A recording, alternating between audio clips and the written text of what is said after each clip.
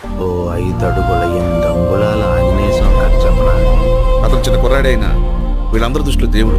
అసలు వాడిని ప్రేమించని మనిషి మనసు ఉండర్రా. వాడంతే. అక్కడే హ్యాపీనెస్ ఉంటుంది. ఎవడ్రా వాడు? నా పేరు ఎన్టీ రామారావు. 10 మంది చల్లగా ఉండడం కోసం చంపడానికైనా చావడానికైనా సిద్ధం. అంటే ఎస్, ఆయన మనవన్నే. వైలెన్స్ అమ్మ తోడు అట్టంగా అలాంటి బలమైన పక్కన ఉంటే కొంచెం నమ్మకం వస్తుంది సార్. ఎంత బలమైనోడైనా ఏదో టైంలో చిన్న పొరపాటు చేస్తారు సుదర్శన్ గారు. ఎన్టీఆర్ మనవడి అని చెప్పి చెట్టు పేరు చెప్పుకొని కాయలు అమ్ముకోవడం తప్ప ఎన్టీఆర్ తో మరే రకమైన పోలిక లేదు.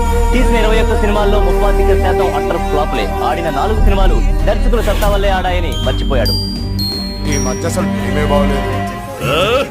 పిచ్చివాడ ఒంటరిగా భక్తి వ్యక్తి తెలుగు జాతిలో జేజేలు కొట్టించుకున్న